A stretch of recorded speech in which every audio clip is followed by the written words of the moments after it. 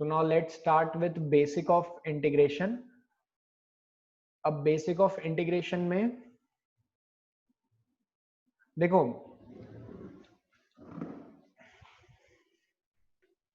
Basic of integration में क्या क्या इंपॉर्टेंट है। आपको कुछ बात समझना पड़ेगी। आपको मैंने इंटीग्रेशन समझा रखा है। Integration is the reverse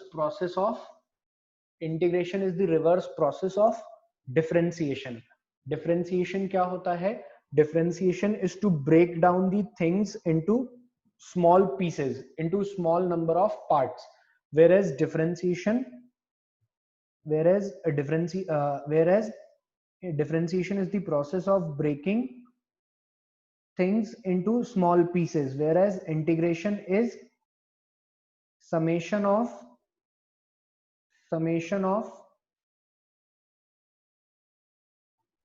small quantity into larger group, into larger quantity, or it is the reverse process of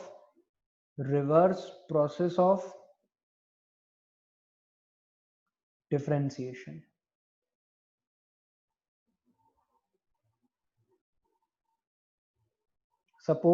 Let us suppose you have a function y equal to f of x. क्या है आपके पास में? y equal to f of x है. If you differentiate dy by dx, तो ये आपको दे देता है df of x of dx. ठीक है, अगर आप इस डिफरेंशिएशन का रिवर्स कर देंगे, मतलब आप रिवर्स, या मैं कहूं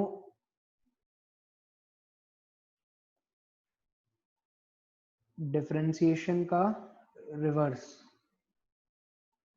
ऐसे समझो, reverse of dy by dx कर देंगे तो वो आपको वापस कहां ले जाएगा? इसी फंक्शन पे. क्लियर हुई बात? डिफरेंस इंटीग्रेशन का साइन कैसा होता है?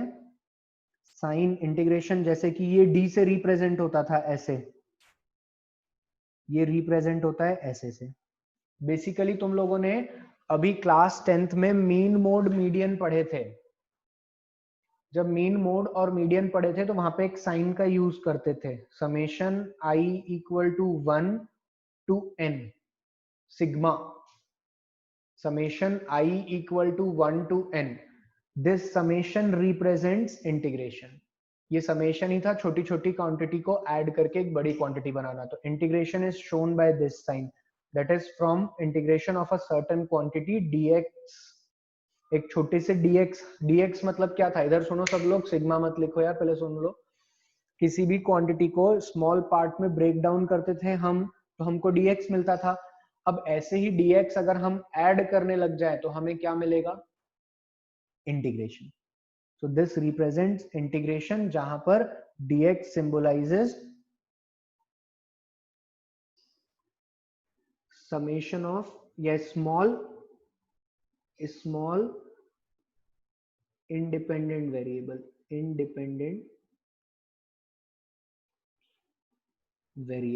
समझे क्या? बोलो यार.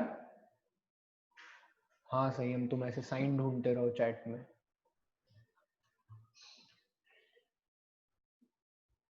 फटाफट पेन डाउन कीजिए इसे.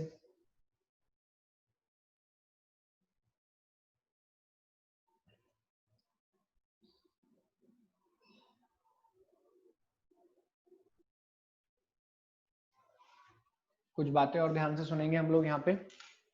सी, अब जैसे डिफरेंशिएशन में क्या होता था?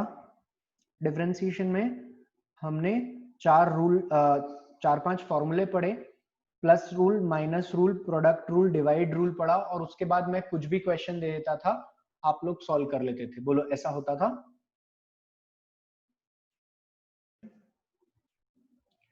in integration there is no divide rule, no multiply rule. कोई multiply rule नहीं होता, और कोई डिवाइड रूल नहीं होता। इंटीग्रेशन के हर फॉर्मेट के लिए मेरी बातों को बिल्कुल ध्यान से सुनना। जैसे कि तुमने एक इक्वेशन पढ़ी है f is equals to sorry y is equals to, आपने एक इक्वेशन पढ़ी है x स्क्वायर 3x प्लस 2, इसे कहते हैं क्वाड्रेटिक इक्वेशन। ठीक है, इस इक्वेशन को सॉल्व, इसका डिफरेंशिएशन करना बड़ा आसान है, लेकिन इसका इंटीग्रेशन का जो स्टैंडर्ड फॉर्मूला है, जो इसके इंटीग्रेशन का स्टैंडर्ड फॉर्मूला मैं क्लास में लिखवाऊंगा, उससे आपसे इसी पैटर्न के क्वेश्चन सॉल्व हो पाएंगे। अगर इसके अलावा इसमें कुछ और भी आ जाएगा, x square x cube plus 3x, तो आप कुछ भी अपना दिमाग लगाकर सॉल्व नहीं कर सकते। इस क्यूबिक के लिए सॉल्व करने का अलग तरीका है। तो जितनी इक्वेशंस उतने फॉर्मूले, टोटल 24 टू 25 सेट हैं जो पढ़ना पड़ते हैं इंटीग्रेशन के लिए। किन्हें पढ़ना पड़ते हैं? आईआईटी वालों को 12th क्लास में। तुम्हें ये सब पढ़ने की जरूरत नहीं है। तुम्हें वही पढ़ना है नीट एग्जाम के लिए, वही चीजें इंपॉर्टेंट हैं जितनी फिजिक्स के लिए यूज में आती है। मैं कुछ स्टैंडर्ड फॉर्मेट पढ़ाऊंगा, उन स्टैंडर्ड फॉर्मेट को तुम्हें याद रखना है, बस उसी पर क्वेश्चन आएगा। अगर मैंने जो 10-15 5-6 स्टैंडर्ड फॉर्मेट पढ़ाए हैं, उसके अलावा कभी एलन के टेस्ट में ना उससे बाहर कोई क्वेश्चन आएगा, ना नीट में उससे बाहर कोई क्वेश्चन आएगा, क्योंकि वो लोग तुम्हारा इंटीग्रेशन चेक करने नहीं बैठे हैं, they are there to test your physics. इसीलिए मैं तुम्हें जो चैप्टर पढ़ा रहा हूँ वो इंटीग्रेशन नहीं है, बेसिक ऑफ इंटीग्रेशन है। ठीक है, चैप्टर का नाम ही है बेसिक ऑफ इंटीग्रेशन, जहां तुम्हें बेसिक जानकारी होगी इंटीग्रेशन की। कंप्लीट इंटीग्रेशन मैं नहीं पढ़ा सकता क्योंकि तुम्हारी नीड नहीं है, it is for IIT mathematics. ठीक है, तो इंटीग्रेशन में कभी भी डिवाइड रूल लगा दें, प्लस रूल लगा दें, मल्टीप्लाई रूल लगा दें, ऐसा कुछ भी नहीं होता। इंटीग्रेशन का जो फॉर्मूला है वो फॉर्मूला है और वो आपको याद रखना है। चलिए, तो इसी बात पर हम आगे चलते हैं। इसी बात पर अगर हम आगे चलें तो फॉर्मूले लिखते हैं, फॉर्मूले फॉर इंटीग्रेशन। फॉर्मूले क्या होते हैं? फॉर्मूले, पहला फॉर्मूला आता है, वहां पे क्या था, x की पावर n, अब यहां पर x की पावर n इंटू dx। याद रखिएगा, इसे कहते हैं ऑपरेटर। क्या कहते हैं इसे? ऑपरेटर। अच्छा, एक बात मैं आपसे पूछना चाहूंगा, एक मेरा डाउट है, जरा बताओ। y equal to x square, पहले ये सीख लेते हैं। चलो, x की power n into d x है। क्या है? x की power n into d x. इसका इंटीग्रेशन क्या होता है? इसका इंटीग्रेशन होता है x की power n plus 1 whole divided by n plus 1। क्या होता है? x की power n plus 1 whole divided by n plus 1। Example के लिए, अगर आपके पास में कोई फंक्शन है x square into d x, तो इसे इंटीग्रेट कीजिए। इसे इंटीग्रेट करेंगे तो यहाँ पे लिखेंगे x की power 2 plus 1 whole divided by 2 plus 1, this is x cube by 3। समझे? लेकिन लेकिन लेकिन लेकिन इंटीग्रेशन के सारे आंसर, सारे फॉर्मूले में जो कुछ भी मैं फॉर्मूला लिखवाऊंगा तुम्हें, उसमें एक नंबर हमेशा ऐड होता है, प्लस कांस्टेंट। क्या ऐड होता है? Plus constant. जो कुछ भी तुम्हारा आंसर आ रहा है, whatever your answer is, उसमें एक चीज ऐड होती है, प्लस कांस्टेंट। जैसे यहाँ पे प्लस कांस्टेंट, ये क्यों ऐड होती है इसका मैं सिग्निफिकेंस समझा रहा हूं। अगर आप लोग इसे नहीं समझ पाते हैं तो याद रखें, आपके लिए कहीं कोई यूज का नहीं है। ठीक है, बस जस्ट कि अब हम पढ़ रहे हैं तो हमें पता होना चाहिए कांस्टेंट क्यों ऐड हो रहा है, और एज अ टीचर मेरी रिस्पॉन्सिबिलिटी बनती है बताना। देखो, जरा डिफरेंशिएट करते हैं। 2 नंबर देता हूं मैं आपको।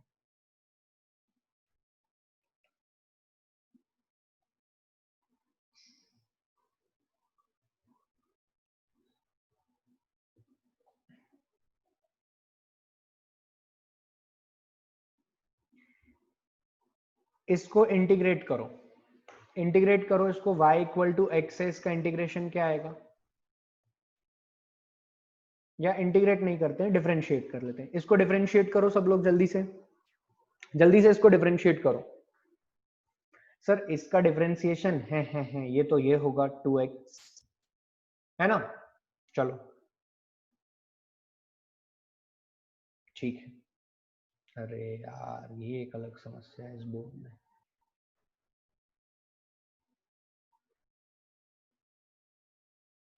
ये आया, हमको समझ में आ गया। अब इसको डिफरेंशिएट करो।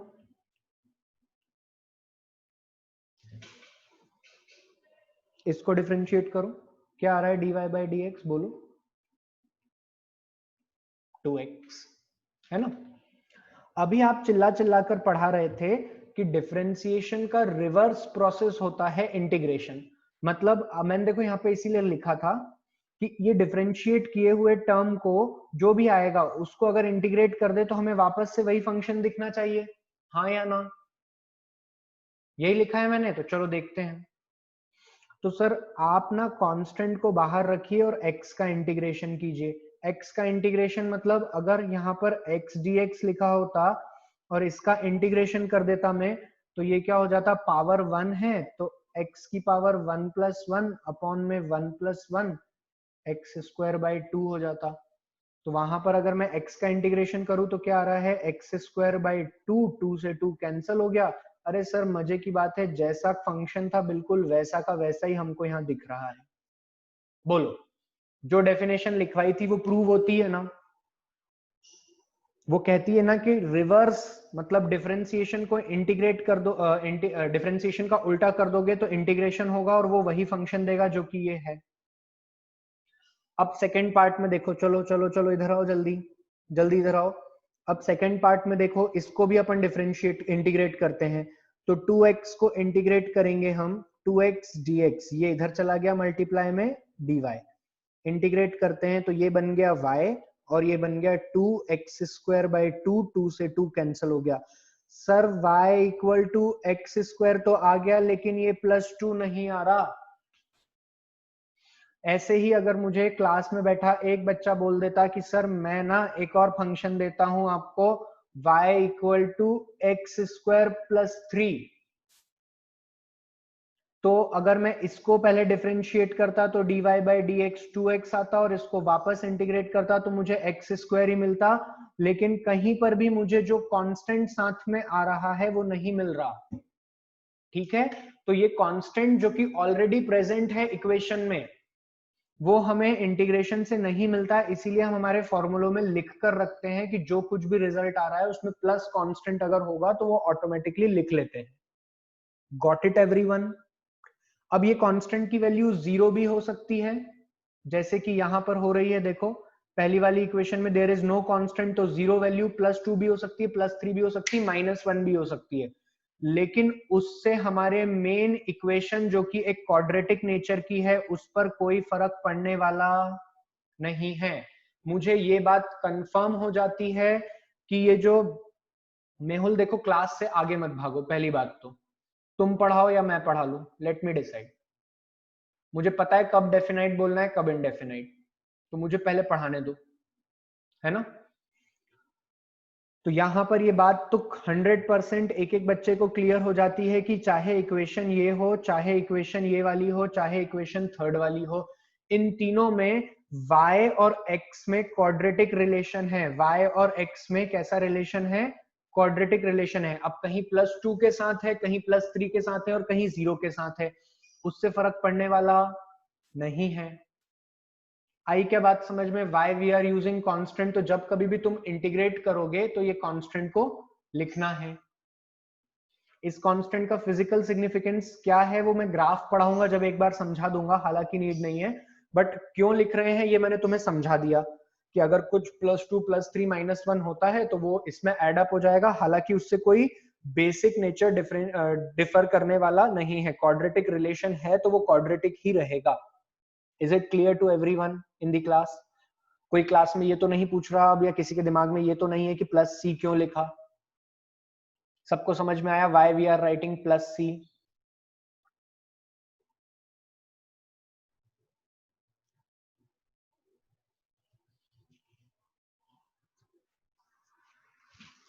ठीक, तो पहला फॉर्मूला सबको समझ में आ गया हो तो एक इंटीग्रेट भी कर लेना और फॉर्मूला हेडिंग भी डाल लेना। इस ये दोनों एग्जाम्पल लिखना, ये वाला भी लिखना, ये वाला भी लिखना, और तीसरा वाला सॉल्व करके बताना आंसर क्या आ रहा है। Plus constant. तुम अगर प्लस सी नहीं भी लिखते हो तो भी चलेगा। कांस्टेंट नेगेटिव हुआ प्रांजलि, तो इधर देख, यहां पर अगर तू -2 लेती, एक्स स्क्वायर -2 लेती, तो डिफरेंशिएशन आता क्या, dy by d x equal to 2x। इसे इंटीग्रेट कर देती तो क्या मिल जाता, 2 बाहर, एक्स स्क्वायर बाई 2 ये कट गया, एक्स स्क्वायर ही मिलता प्लस कांस्टेंट। अब अगर कांस्टेंट -2 होता तो प्लस माइनस मिलकर के माइनस बन जाते, तो उसके पॉजिटिव या नेगेटिव होने से कोई फर्क पड़ने वाला नहीं है।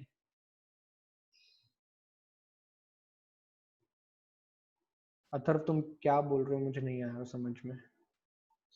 जल्दी से इसे कॉपी करें।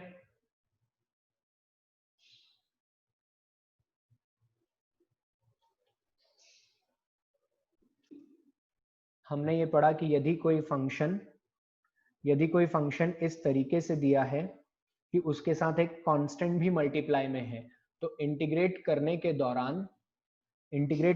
दौरान कांस्टेंट को बाहर निकाल लीजिए, और जो भी फंक्शन में आप आगे या अभी फॉर्मूला पढ़ाएंगे उससे इंटीग्रेट कर दीजिए, बाद में दोनों आंसर को मल्टीप्लाई कर दीजिएगा।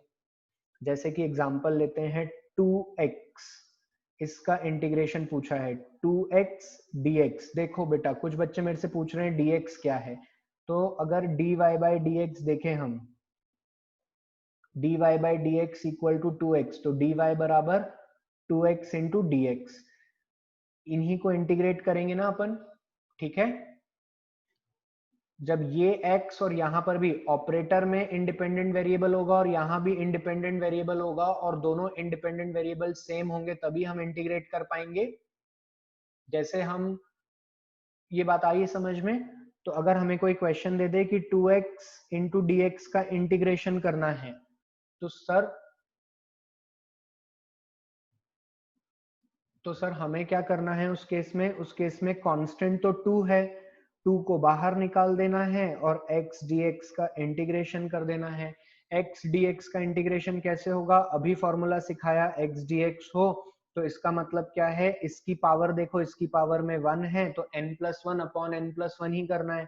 तो 2x स्क्वायर अपॉन में 2 आ जाएगा, ये 2 से 2 कैंसिल हो गया, तो y बराबर क्या आ रहा है, x square plus constant.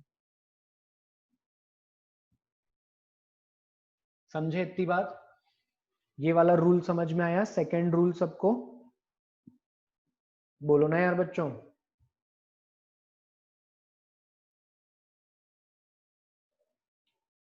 Clear है? dx इंटीग्रेट हो गया ना, dx इंटीग्रेट हो गया। वो छोटा सा इंटीग्रेशन की डेफिनेशन बोल बेटा, अभी पढ़ाई ना कि इंटीग्रेशन का मतलब क्या होता है, कि वो छोटा सा पार्ट जिसे कि हम जोड़कर एक बड़ा पार्ट बना देते हैं। तेरे पास एक छोटा सा ब्रिक का पीस है, अब तू ऐसी छोटी सी बहुत सारी ब्रिक जोड़ देगी, ऐसी बहुत सारी ब्रिक्स जोड़ देगी, तो क्या देखेगी थोड़ी देर बाद कि एक वॉल बन चुकी है पूरी बड़ी सी। अब मैं उसमें पूछूं कि बता छोटी वाली ब्रिक का है, तुझे दिखेगी क्या? वो तो एक पूरी बड़ी वॉल में तब्दील हो गया है, ठीक है।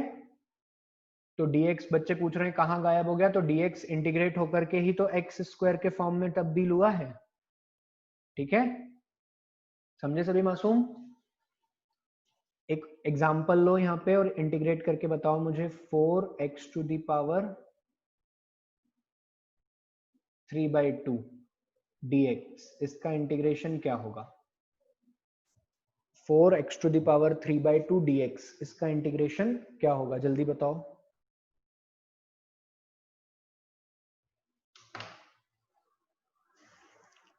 ये नोट करो पहले, और फिर अब यहां पर ना, जैसे कि जो बच्चा बिल्कुल ईमानदारी से पढ़ रहा है वो यहां पर ऐसा लिख सकता है अपनी लैंग्वेज में कि a कांस्टेंट है, इसे इंटीग्रेशन से अलग रखना है। बिल्कुल आप इस तरीके से लिख सकते हैं, इसमें कोई दिक्कत नहीं है। ऐसे लिखने से जब आप रिवाइज करोगे तो आपको याद रहेगा कि सर ने बताया था कि कांस्टेंट अलग रख के इंटीग्रेट करना है, बाद में मल्टीप्लाई कर देना है आंसर में। तो आप मेरे से कभी डाउट नहीं पूछोगे, नहीं तो आधे बच्चे यही पूछते रह जाते हैं कि सर कांस्टेंट कहाँ गया। समझे ये बात?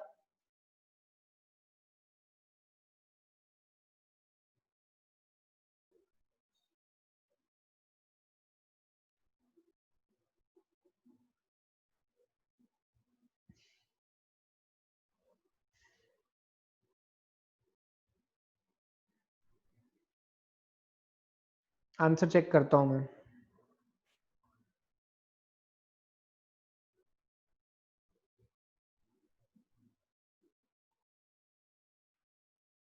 बाकी लोग भी सॉल्व करो जल्दी।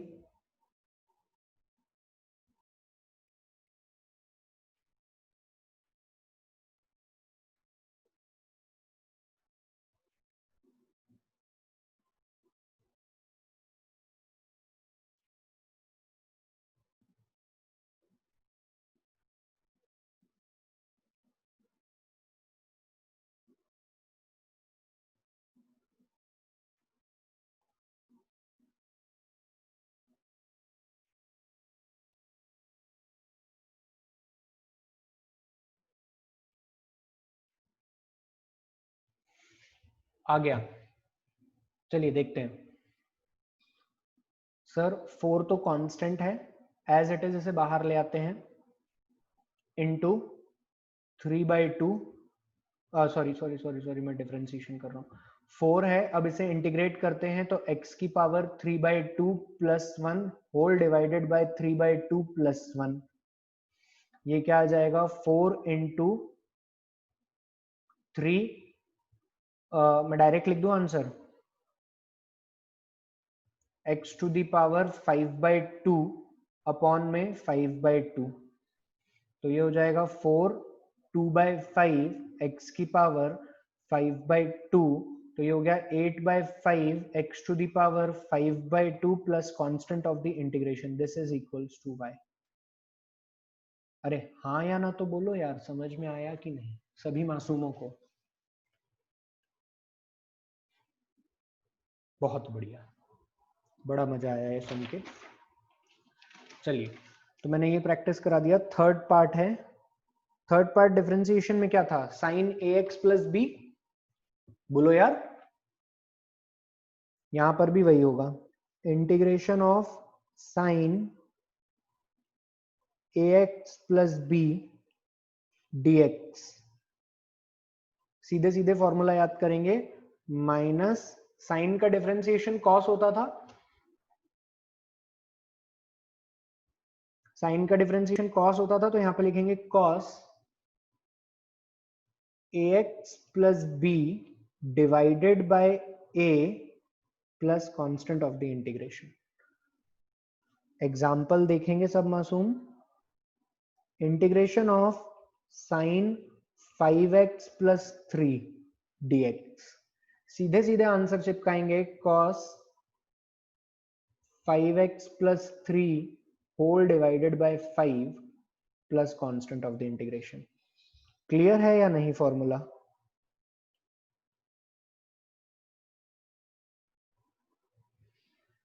क्लियर है? इफ, आइए अब काम की बातों को समझें। Note, if a equal to 1 and b equal to 0, then integration of sin ax, ax क्यों आएगा, integration will become sin x, a की वैल्यू 1 b की value 0, sin x, integration of sin x equals to minus dx equals to minus cos x plus constant। क्या sin x का integration याद रहेगा क्या होता है, माइनस cos x? अरे बोलो ना यार।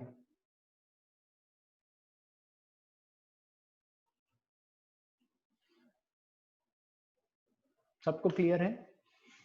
तो छापे बोर्ड पे से फटाफट, एवरीवन।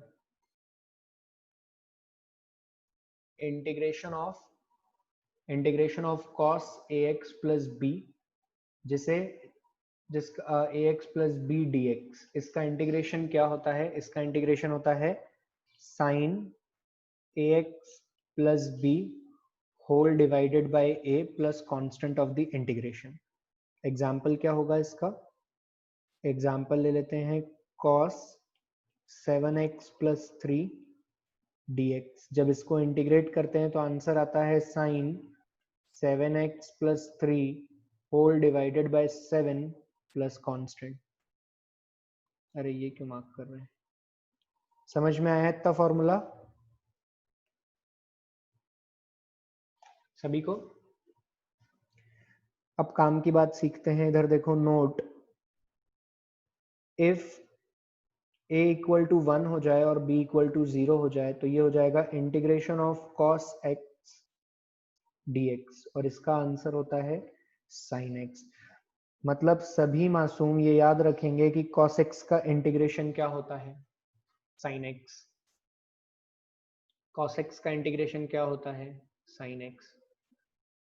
एक बच्चा पूछ रहा है, देखो एक और बात सुन लो, यहीं पर सुन लो, there is no chain rule, there is no chain rule in integration. ये भी लिख देता हूं मैं यहाँ पे, there is no divide rule, multiply rule and chain rule.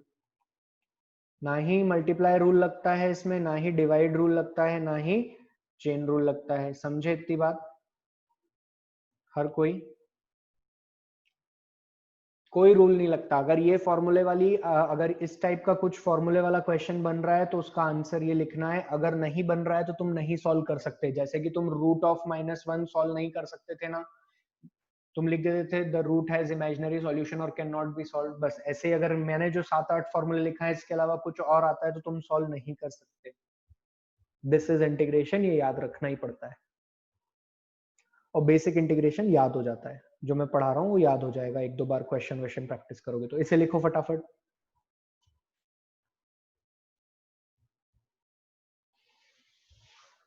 इसे लिखो।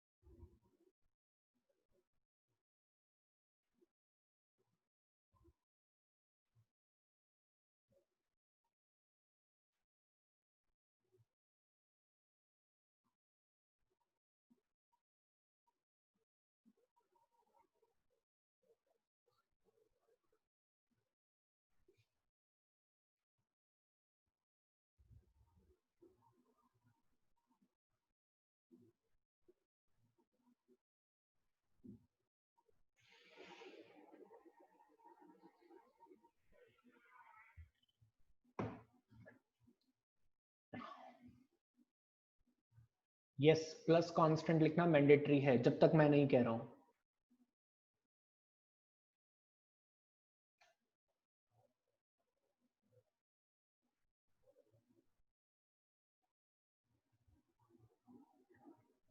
लिख लिया इतना?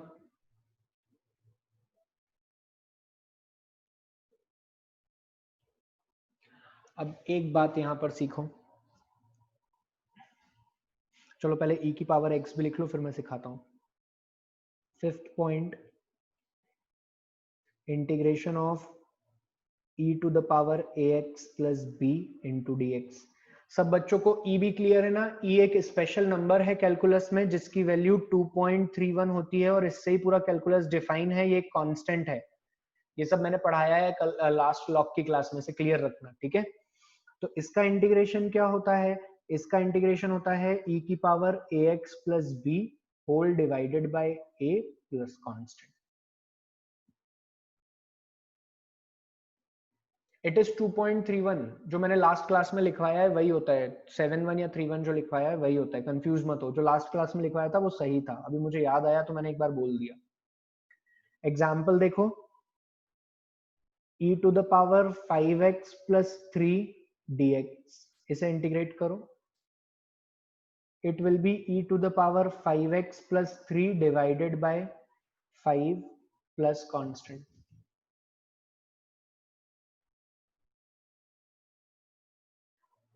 नोट करके लिखने वाली बात है a equal to 1 and b equal to 0, तो integration of e to the power x dx क्या होगा, e की पावर x प्लस कांस्टेंट। इसका डिफरेंशिएशन भी यही होता था, e की पावर x का डिफरेंशिएशन भी e की पावर x ही रहता था, और e की पावर x का इंटीग्रेशन भी e की पावर x ही रहता है।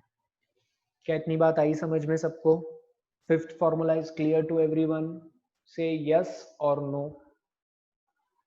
गुड, छापे, जल्दी छापे।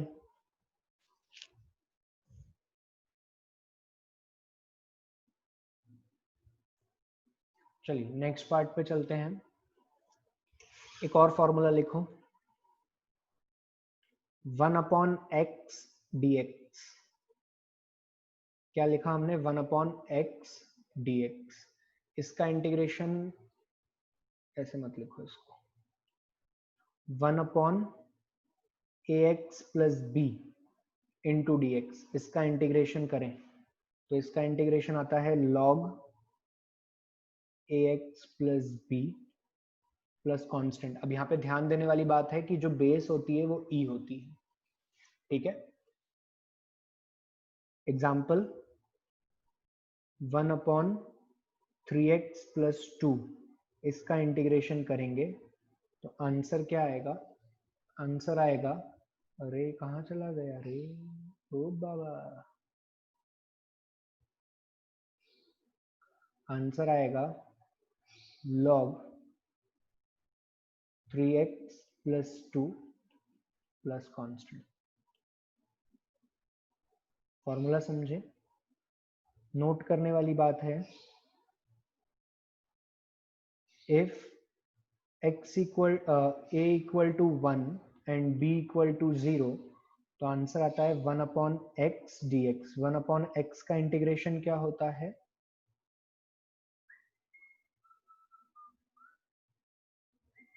log x plus constant. log x plus constant, समझे इतना? एक एग्जांपल करो, 10/x dx, इसे इंटीग्रेट करो। ये है 10/x, कुछ कहेंगे क्या लिख दिए हैं, इट इज 10/x dx। इसे इंटीग्रेट करो और मुझे आंसर बताओ क्या आ रहा है। क्विक, पहले ये छाप लो और फिर मुझे आंसर बताओ क्या आ रहा है। सी 10 तो कांस्टेंट है, बाहर आ जाएगा 1/x का log to the base e x plus constant. This is the answer. एक कंसेप्चुअल है, नोट करके लिखिएगा, कभी भी आपसे पूछ लेंगे आप लोग कंफ्यूज हो जाएंगे। सब बच्चे देखेंगे इधर, 2 मिनट के लिए आ जाओ। देखो इधर, कभी अगर आपको ऐसा क्वेश्चन आ जाए इंटीग्रेशन ऑफ 2 dx, इसका मतलब ये है कि ये तो बन गया कांस्टेंट और ये रहा तुम्हारा इंटीग्रेंड। इसे इंटीग्रेंड भी कहते हैं, मैं भूल गया था बताना, अभी एकदम याद आ गया। इसे क्या कहते हैं, यहाँ लिख लेता हूं मैं, तुम लोग भी लिखो फटाफट कॉपी में, स्मॉल इंडिपेंडेंट वेरिएबल इंटीग्रेंड। क्या कहते हैं इसे? इंटीग्रेंड। तुम लोग भी लिख लो, क्या कहते हैं इसे? इंटीग्रेंड।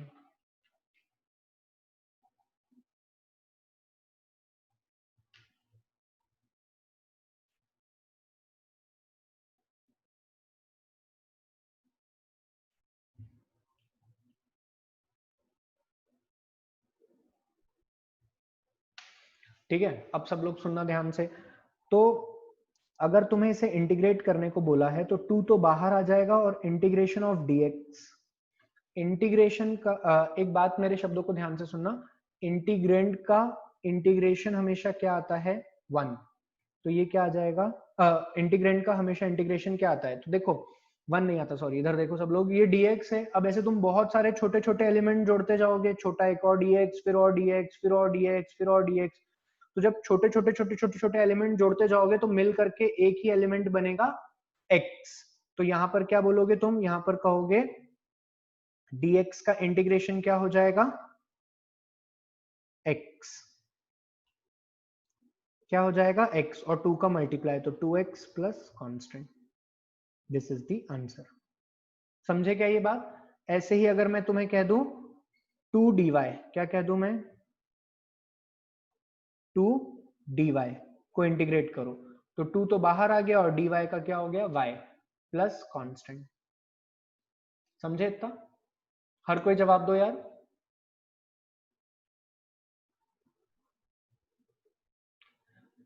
अच्छा, अब इसमें ना एक बच्चे का डाउट था, बहुत अच्छी बात पूछी थी उसने। देखो, यदि कभी ऐसा आ जाए x इंटू डी वाई और इसे इंटीग्रेट करना हो, तो तुम मुझे पहचान,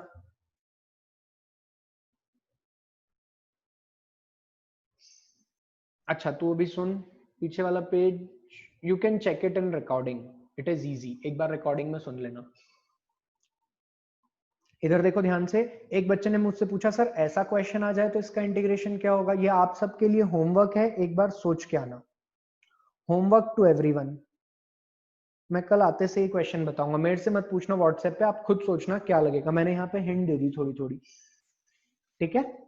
तो याद रखना कहीं पे कांस्टेंट हो या सिर्फ एग्जांपल लिखते जाना ये, या कहीं पे सिर्फ ऐसा दिया हो dy तो उसका इंटीग्रेशन y, या dx दिया हो तो उसका इंटीग्रेशन x, या dz दिया हो तो उसका इंटीग्रेशन z, या dt दिया हो तो उसका इंटीग्रेशन t। ठीक है? समझे इतनी बात? इसे नोट करके लिख लो अपनी लैंग्वेज में जो मैंने बोला, और इसका अब आप लोग सॉल्यूशन बताना क्या होगा।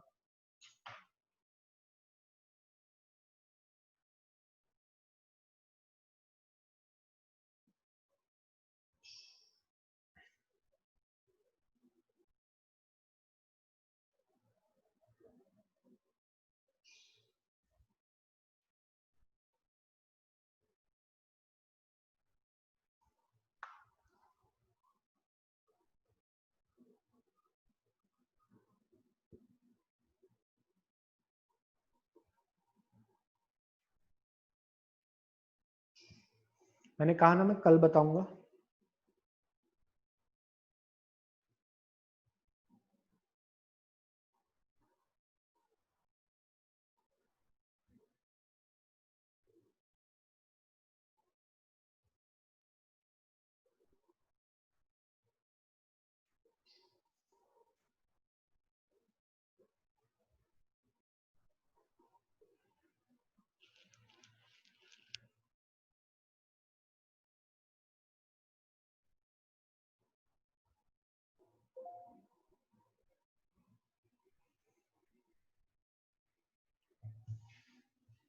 चलिए, यहां तक की कहानी समझ में आई? तो हमने कम से कम 5 से 6 फॉर्मूले पढ़ लिए इंटीग्रेशन में, 5 से 6 फॉर्मूले और 2 कॉन्सेप्ट पढ़ लिए। आपके लिए बस इतना ही होमवर्क है कि आप इन सबको रिवाइज करके आए, मैं भी शीट दूंगा एक, वो शीट सॉल्व करें आप इसके साथ, ठीक है? वो शीट आप लोग इसके साथ सॉल्व करें, यही आपके लिए होमवर्क है, ठीक है?